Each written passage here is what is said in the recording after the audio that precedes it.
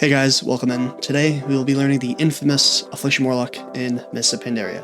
If you want to do damage like this,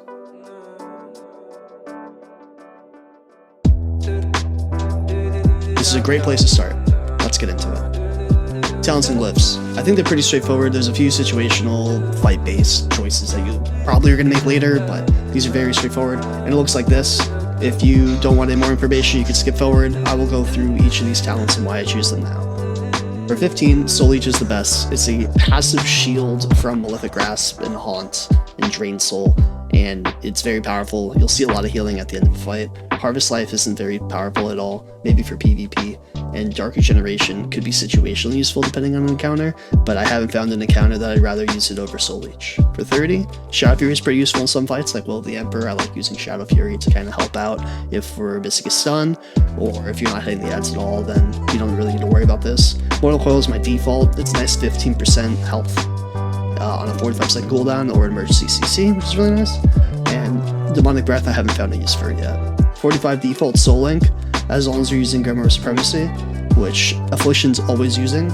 I wouldn't use Service or Sack as Affliction as of right now. I haven't found any situation where these are better than Supremacy, and Soul Link and Supremacy go very, very well together. Sacrificial Fact is something that people use instead of Soul Link, and I can see this, especially for encounters where there's big damage spikes, so keep this on the radar. And Dark Bargain has a great use on a fight, for example, like Elagon if you need Soak, so don't count this talent out either, but the default I think should be Soul Link, especially with Supremacy. At 60, Unbell is interesting. It's just like a trinket purge effect, but I haven't found a use for it yet. Blood Hoarder, I haven't found a use for it either. It's a very weird talent. Burning Rush should be the default. Steals a little bit of your health, gives you movement speed, super useful. Now 75 we just talked about. Supremacy, go to. Grimoire Service summons another demon. It's useful for demo, not really useful for AF. And Sacrifice is not really any good use of it at all.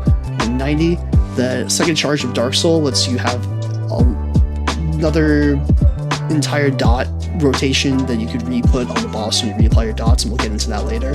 Kiljane's cutting could be interesting, but I think Archimolondi's Darkness is just really powerful, and I have not seen any use of Manaroth's Fury in this tier.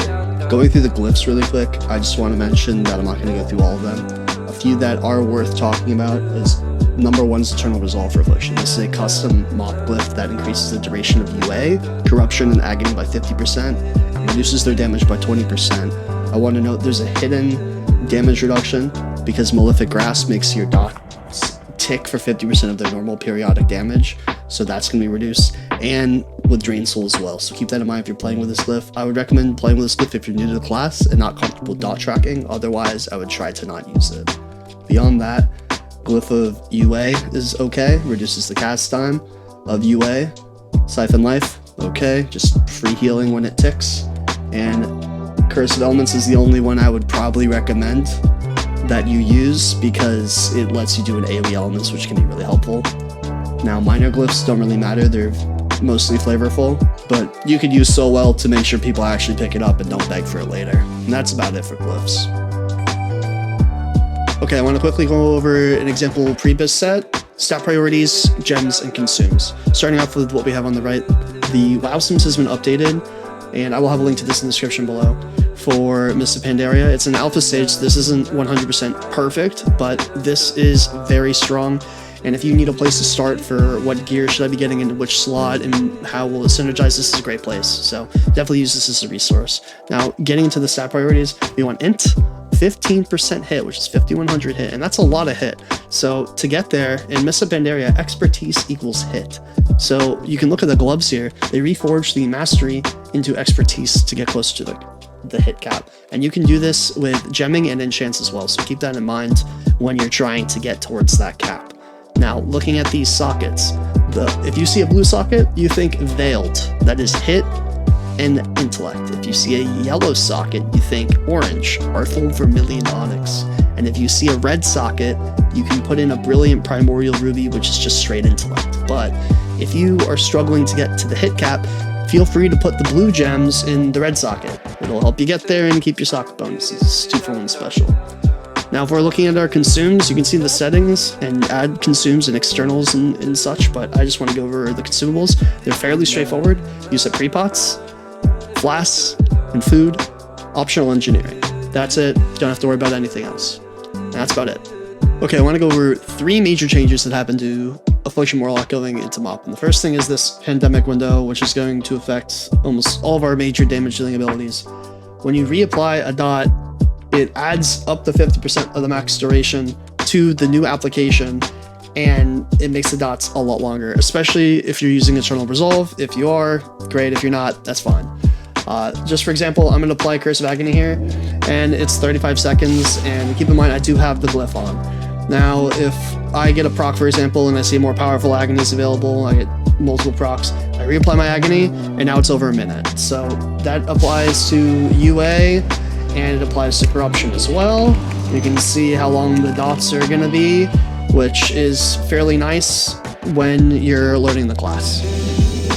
Another important changes are resources and how they're managed. Let's quickly go through them. There's a blue post a little bit ago talking about pre-pull resources. This affected Warlocks as well. Soul Shards are always set to 4, and if you soul burn, when the pull happens, your Soul Shards will automatically be set to 3, so do not try to pre-pull soul burn, or do it and accept the consequences of having 1 less shard on the pull. It's a-okay, you do what's comfortable for you.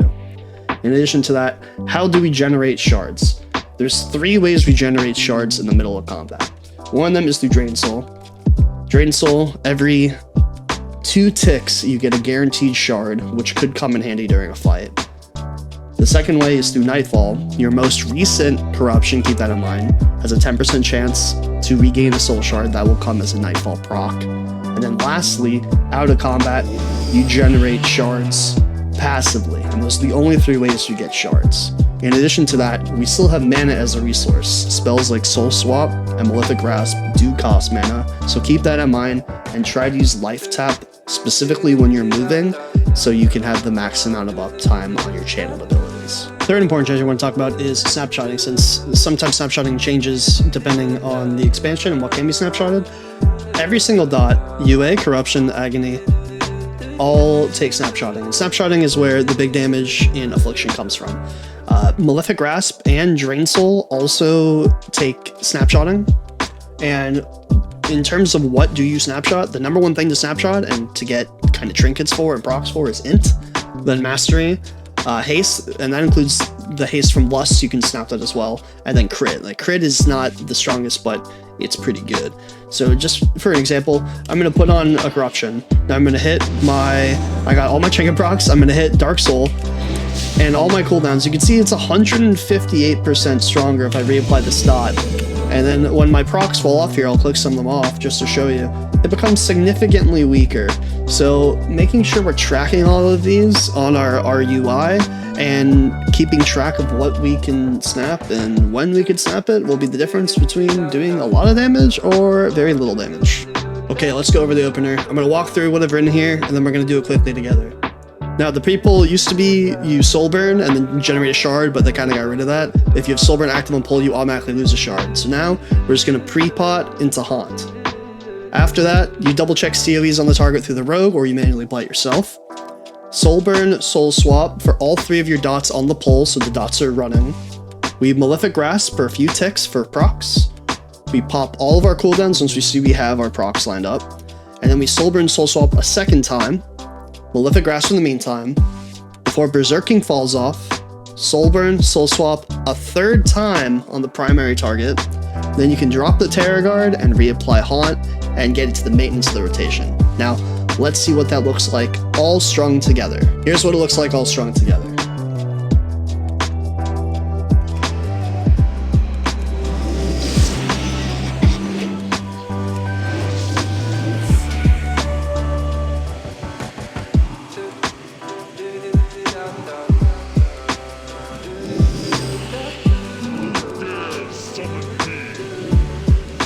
That's the opener.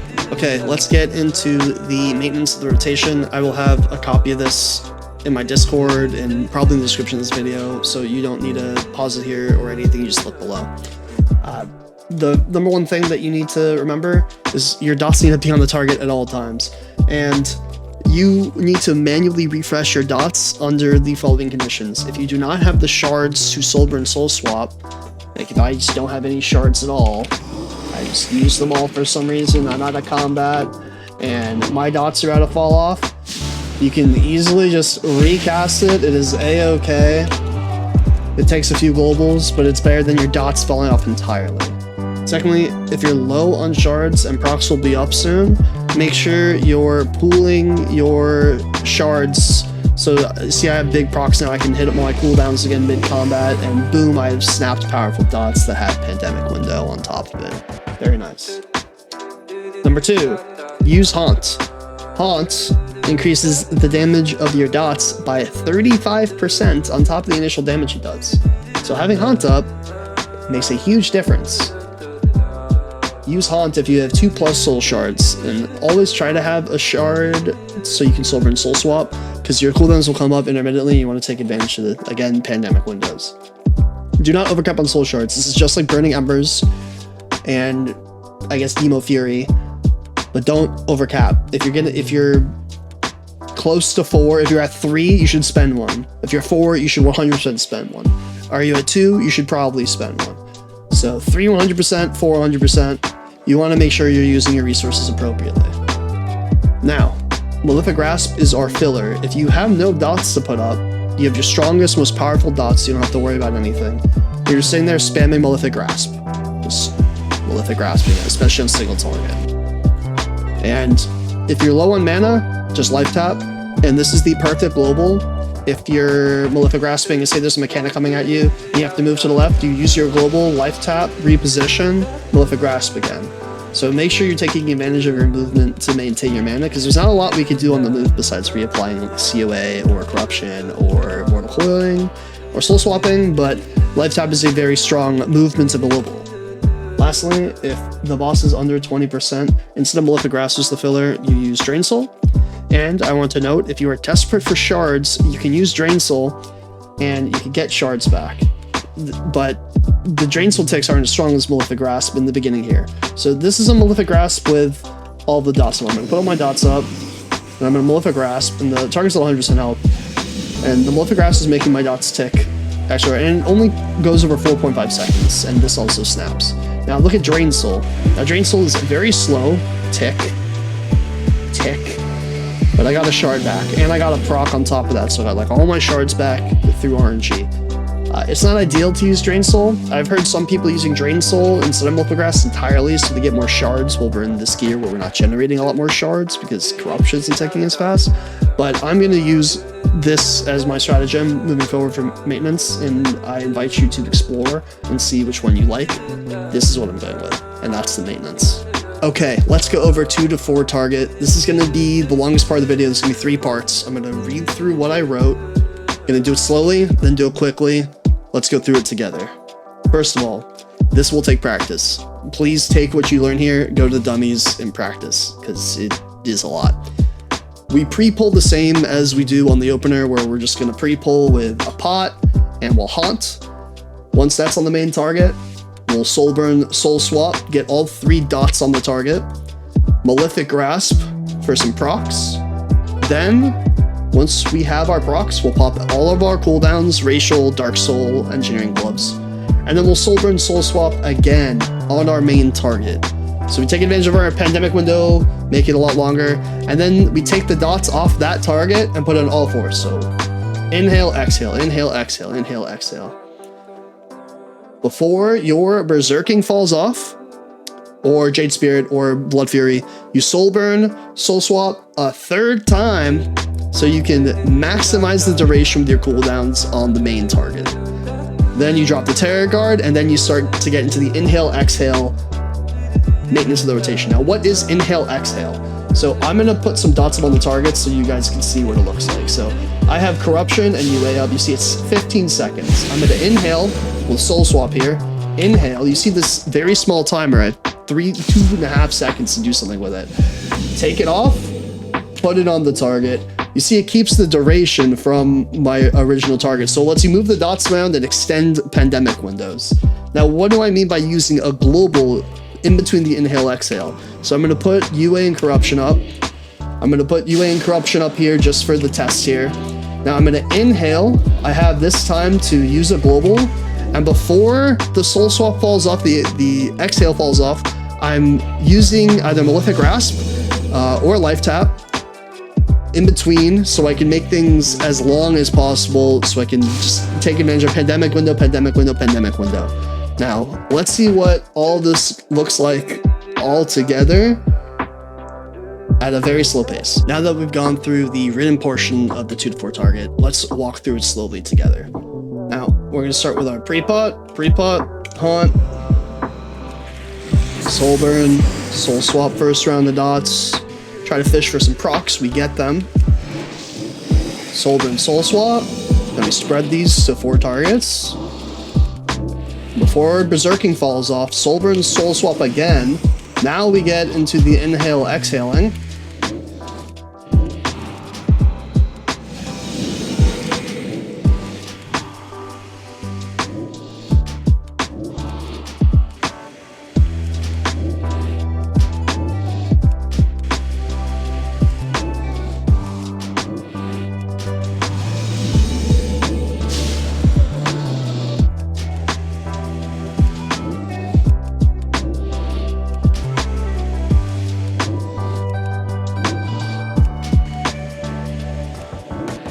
And just kind of like that until the dots fall off, and then you kind of get into the maintenance of it all.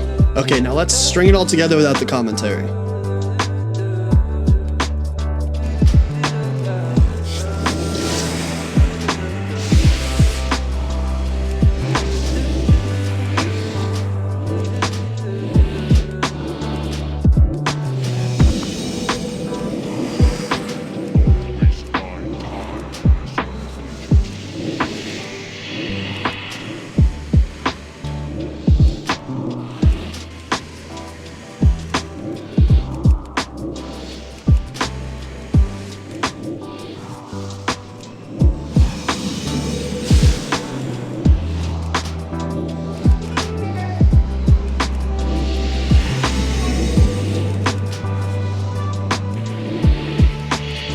Now it's important to note, eventually your UA and your corruption will fall off and you'll have to reapply those manually.